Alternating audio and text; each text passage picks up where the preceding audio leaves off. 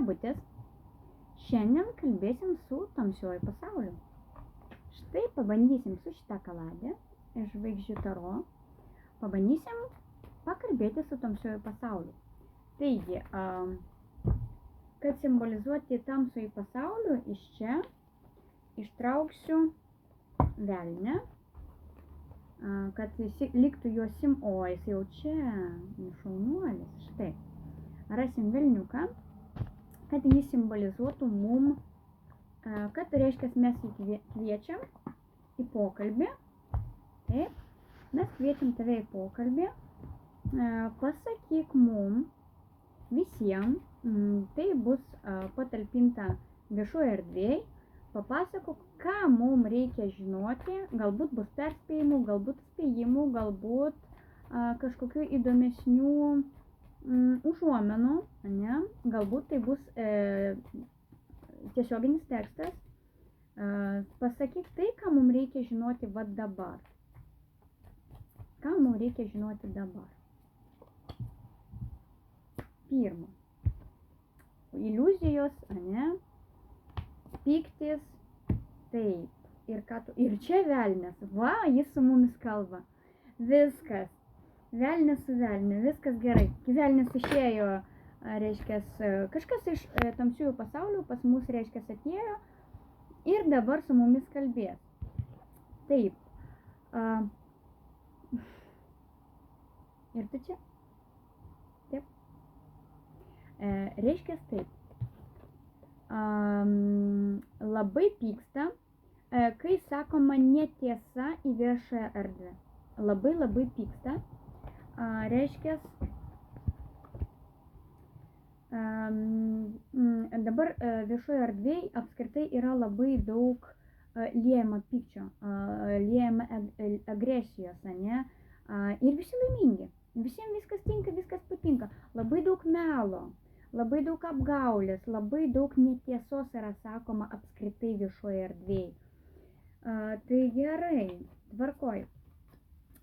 Kokia ta tiesa, papasakok mums kažką smulkiau, ką tu nori pasakyti, apie ką tu nori pakalbėti, apie kokią netiesą, kas tave žeidžia, ne? Kas tave žeidžia. Iš vienos pusės, matai kaip įdomiai, labai žeidžia, kad moteris, reiškia, būtent šiuo metu aš kalbu apie moteris, ne, ir čia mes matom damą, būtent, kad moteris yra labai agresyvios.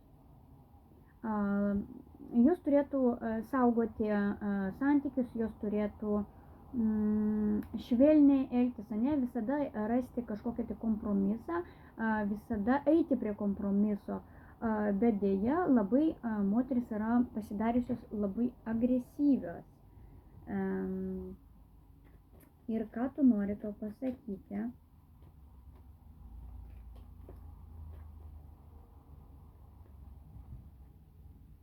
Kaip ten toj patarlėje, ne? Nuo meilės iki neapykantos vienas žingsnis. Tai va čia va taip.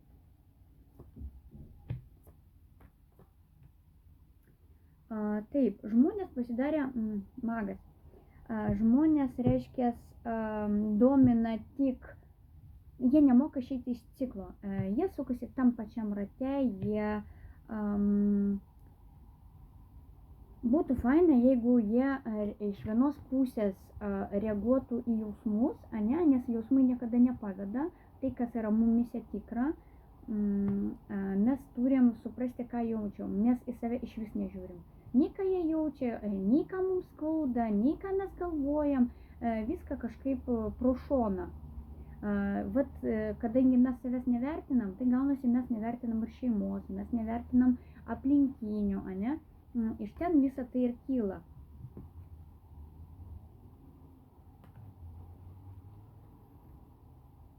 Vietoj to, kad į šeimą nešti gėrį, laimę, sėkmę, ne pinigą, gerą savijautą. Mes visą tai, žmonės visą tai nukainina. Visą tai yra nebereikšminga, viso šito jau dabar nebereikia žmonėm. jie savo jėgas kažkur kitur išleidžia. Kur savo jėgas išleidžia žmonės? Kur visa tai eina?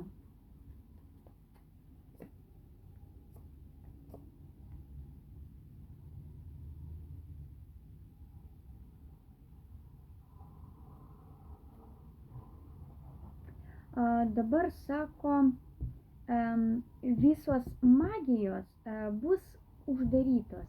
Matyt, šito yra per daug. Per daug reiškia viso šito iš vis judulio, per daug judulio tokio. Visi labai kreipiasi į magiją, dabar populiaru, bet jinai bus uždaryta. Kažkaip kelių kitų žmonės nemato, tik per magiją. Tai, kad šitą kelią kažkodėl uždarys.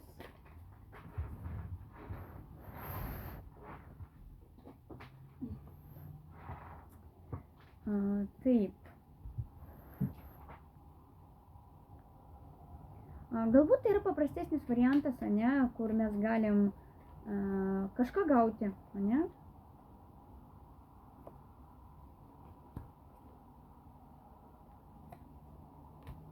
Dar sako, kad žmonės nelinkia priimti atsakomybės. Arba jie yra aukoj, ne? Arba eina į magiją, nes jie yra, pavyzdžiui, aukoj. Aš esu auka, aš nepriimu tai, kas su manim vyksta, aš nenoriu matyti tai, kas su manim vyksta. Aš tik matau, kad su manim blogai elgesi. Aš matau, kad man blogai, ane, kad pas mane daug yra, reiškia, konfliktų, kad tapo daugiau konfliktų. Atsirado daugiau konfliktų, aš labai piktas, ane, bet aš sėdėsiu ir nieko nedarysiu. Žmonės linkia va taip, viską perkrauti ant magijos, ant kažkokių tai instrumentų, ane, bet patys spręsti neketina. Tvarkoj. Kokios dar problemos? Nu, vat pats ir velnias.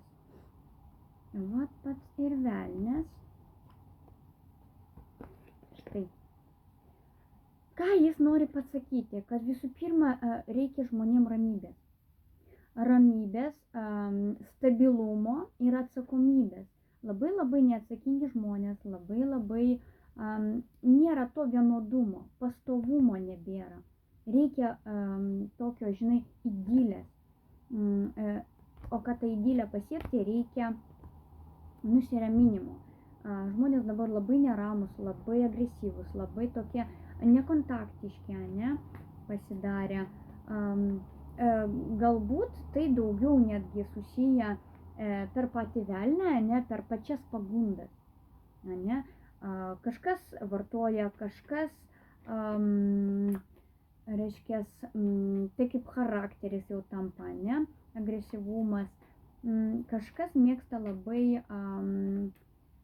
terrorizuoti kitus žmonės, ne, ir tai daro ant pastovumo, pastoviai tai daro, jau taip susiformuoja žmogus, ne, ir vat jie ilgam va taip užstriks. Gerai, kas dar?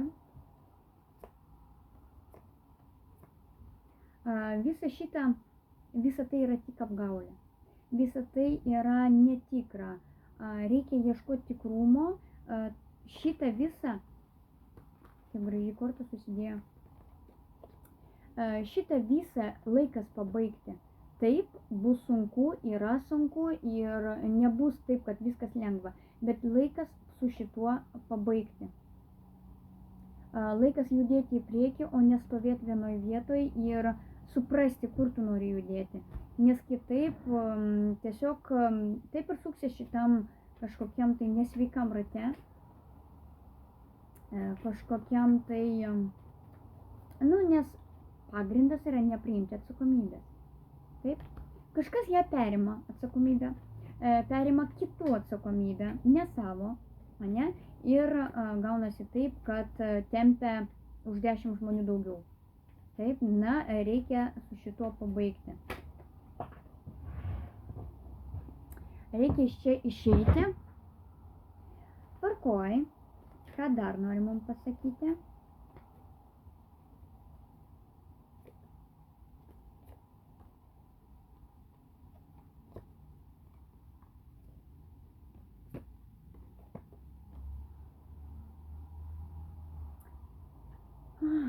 Vienos pusės, iš vienos pusės, kad visą tai pabaigti, va taip staigiai neišeis. Viens du aš pabaigiau, ne? Nu ne, taip neišeis. Visų pirma, reikia sustoti. Jeigu tu nesustosi, tave sustabdys. Tau neis darbai, tau neis sveikata, tau neis santykiai, niekas neis. Bus sustojimas priverstinis.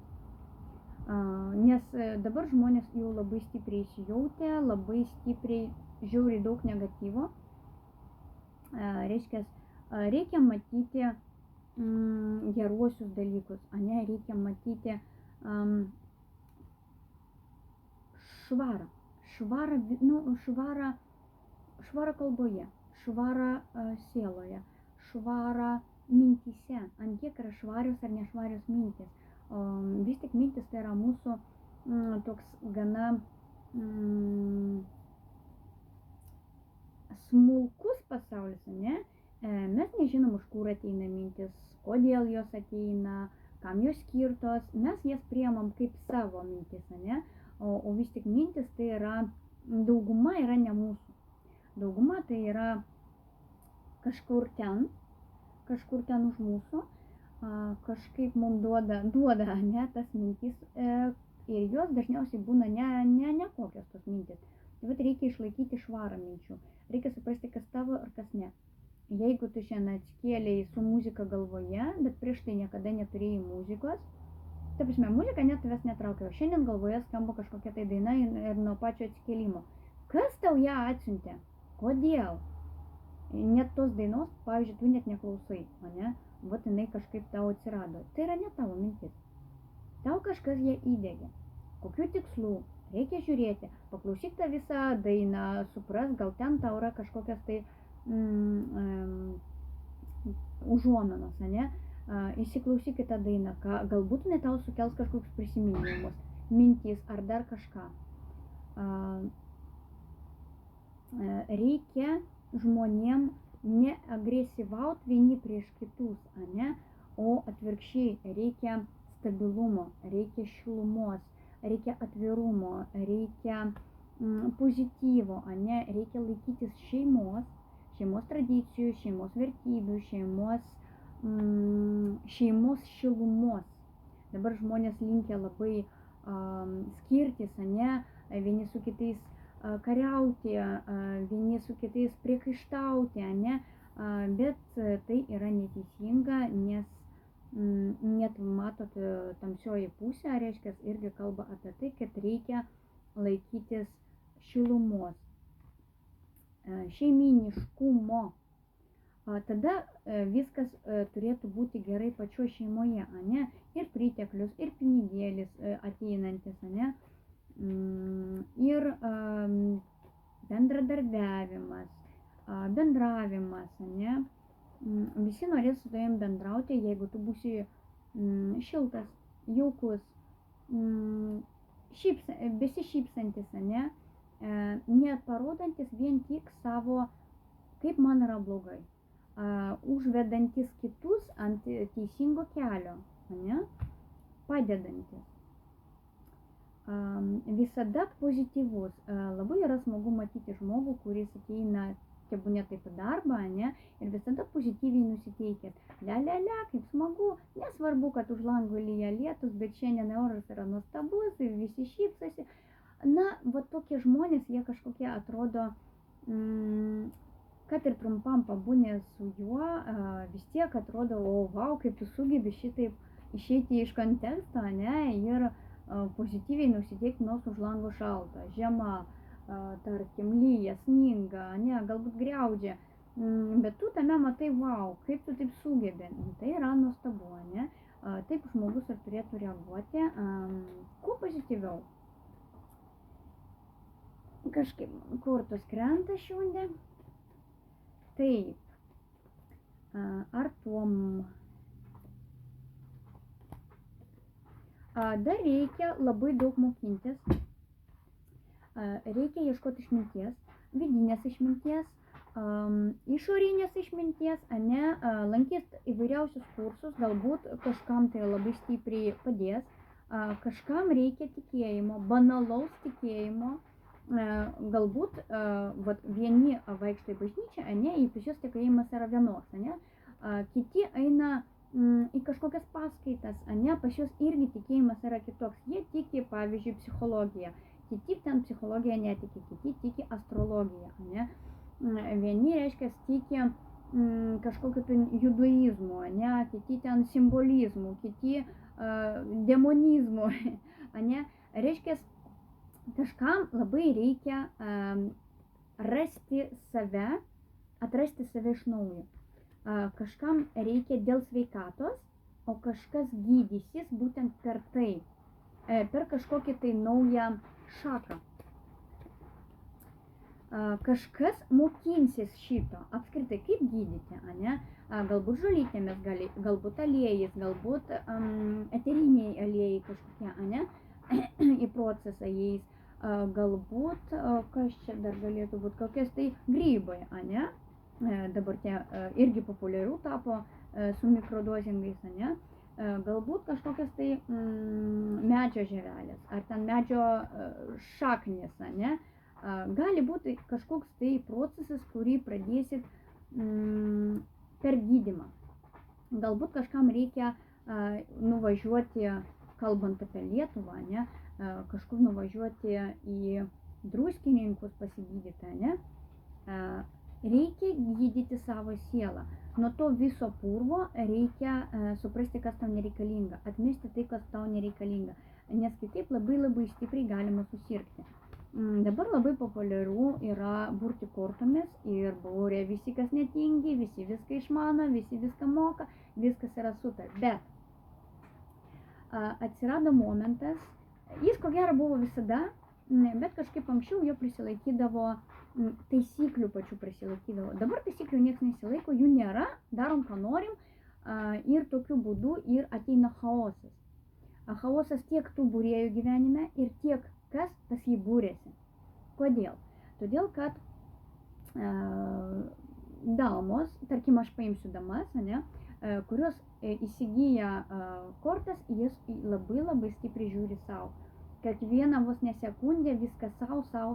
Tokiu būdu padaro energetinį skylę, pro kurią ateina įvairios būtybės.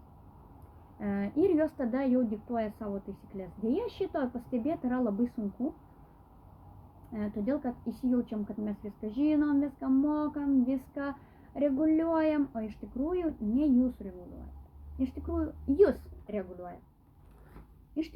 jūs reguliuojat. Nes jūs leidotės, sau leidot pasidaryti energetinę skylę. Ir dabar per ją vaikšto visi, kas netingi. Jums atrodo, kad reiškia, jums informacija ateina, jūs čia dievai ir tokiu būdu ateina, kur mūsų velniukas. Štai šitas, pats pačiausias ateina šitas. Ir kodėl tada būna, kad pas būrėjas nepasitvirtina informacija? Būtent dėl to. Todėl, kad jūs tampat maistu. Jūs jau kaip įrankis jau nebereikalingas. Jūs jau tampat maistu ir jūs jau valgo. Dėl to ir jiem naudinga, kad jūs jau save žiūrėtumėt. Jau save kas sekundę žiūrėtumėt. Visas savo problemas, visas savo rūpesčius, kas kur mano vienas pažįstamas, kur antras pažįstamas. Iš vienos pusės jūs patys tai leidot, iš kitos pusės tai turėtų būti suvokima, kad jūs neturėjot ribų, o jų reikia, ribų reikia. Visur yra taisyklės ir čia irgi yra taisyklės. Tai vat mums ir sako, kad reikia mokintis. Reikia labai daug mokintis, save neprarasti. Nes visa tai, ką mes turim, kaip atrodytų fiziniai būkliai normalu, iš tikrųjų yra nenormalu. Nes mums taisyklių nieks nepasakė, mums jų nieks neparašė. Čia ne tas pats, kaip nueinam į mokyklą ir mums pasako visas taisyklės, kas galima ir kas ne. Bet jei mes jau išeinam į savo gyvenimą, jum niekas nediktuoja. Apart, jeigu mes einam į darbą, apart, jeigu mes einam į parduotuvę, ane, įeinam į svetimą teritoriją, reiškia, ten yra taisyklės. Lauke, atviram lauke taisyklių nėra. Mes tik žinom, kad negalima šiukšlinti, negalima deginti, negalima rūkyti, ar ten dar kažką vartoti, ane. Tokios irgi išorinės banalios taisyklės. Bet va tokių, kaip tau elgtis, ane, pavyzdžiui, kad būtų tokios taisyklės, tu lauke turi šypsotis, ane, tokių taisyklių pas mus nėra, arba tu lauke negali keiktis, nu kas tavęs stebės, nėra tokių taisyklių. Tai vat ir mums sako, kad reikia mokintis save laikyti taisyklėse, savo taikyti taisyklės, save mokinti, save priversti, mokinti kažką naujo, ane, mokinti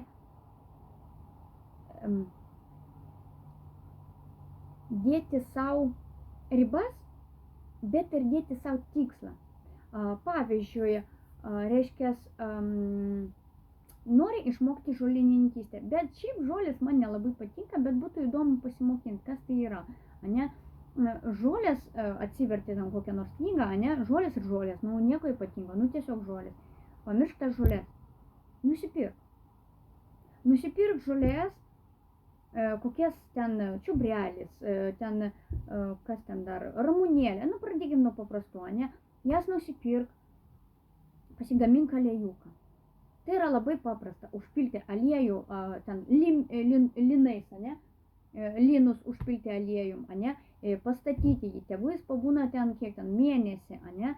Pritraukia visą tai, pabandyk jį panaudoti, pažiūrėk kaip jis veikia, ane? Ant veido, ant plaukų, ant kūno, ar tau patinka tas potyris, kurį tu pajauti, ane?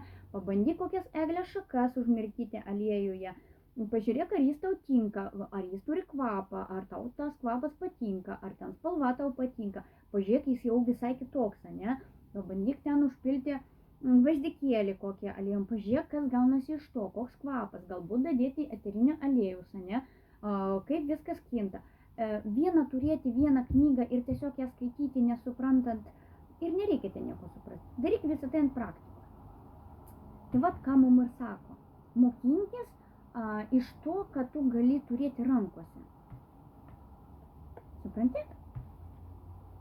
Tai daugiau susijęs su sveikatos dalykais, ane? Pavyzdžiui, galbūt tai būtų kaip moterim, galbūt tai būtų kažkas iš kūno priežiūros dalykų, ane? Vyram tai galėtų būti kažkokia šaka iš paskaitų lygio, ane? Iš informacinio lygio vyram galėtų būti, ane? Vyrai galbūt mėgsta gilintis kažkur kitus dalykus. Pavyzdžiui, vat kažkas gali astrologiją iš tikrųjų pradėti domėtis, ne? Kažkas gali pradėti domėtis kažkokiais gilesniais dalykais. Pavyzdžiui, apie pomirtinį pasaulį, ne? Gali mokintis, gali kažkokią informaciją gauti. Galbūt va dabar labai daug vyksta tų niuansų ir įvairios informacijos apie naująjį pasaulį. Dabar praktiškai visur yra kalbama, kad yra kitas pasaulis, kad visą tai slepiama, kad ten Antarktidoje yra gyvūnai, kad už Antarktidos yra praėjimas, galima papulti į kitą pasaulį, bet geriau ten neiti, todėl kad ten visi kiti žvėrys, kurių mes nepažįstam, iš ten ateina būtybės ir taip toliau. Reiškia, kažkas mokinsis apskritai apie naujus dalykus, kur gauna, pavyzdžiui, iš interneto, iš ten kitų įvairių puslapių, ne? Tai yra kažkas naujo. Dabar tokios informacijos, tokios įdomios informacijos, aišku, mes negalim pasakyti tai tiesa ar netiesa, bet gilintis tikrai galima, nieks tau neuždraus gilintis. Bet vat skleisti tokią informaciją, kurios tu dar nežinai, nesiūlau. Ne? Galima turėti savo puslapį ir dalintis mintimis, ne? Va šito tau nieks neuždraus. Tačiau dabar jau labai daug heito ir įvairių priekaištų. Dabar negalima net savo minčių niekur pasakyti.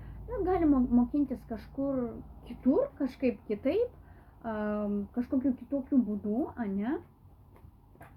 Pats skraido. Kažkaip šiandien skraido. Žodžiu, sako daugiau gilintis apskritai į tai, kas domina.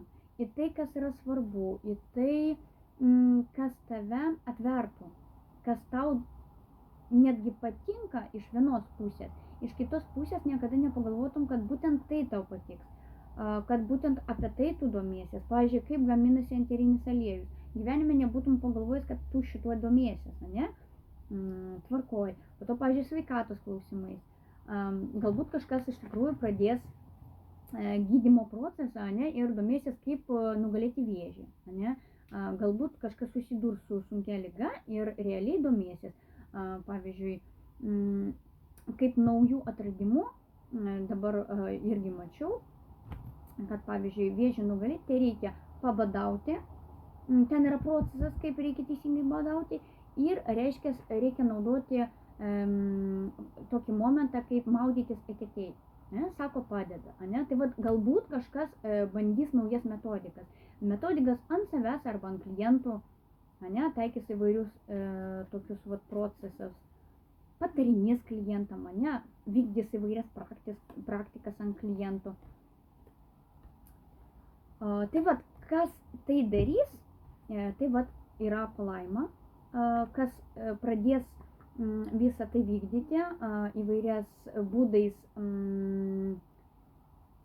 kaip tai pavadinti, praktikuoti. Va. Kas pradės praktikuoti, tam va, duoda palaimą, kad viskas pasiseks, viskas bus gerai, tik reikia dar padirbėti su savo psichologija, su savo baime, su savo nerimu, nes ne visiems viskas tiks, ne, reikės kažkur kažką kitaip daryti, vieniem vienaip, kitiem kitaip, ne, kažkokie tai procesai bus nestabilus, nevienodi, reikės pergalvoti, reikės iš naujo kažką kurti. Žodžiu, mums sako šiandien, kad nebijokit imtis naujos veiklos, naujų kažkokių atradimų, domėkitės visko, ko tik galima. Praktikuokit. Na kągi, sėkmės.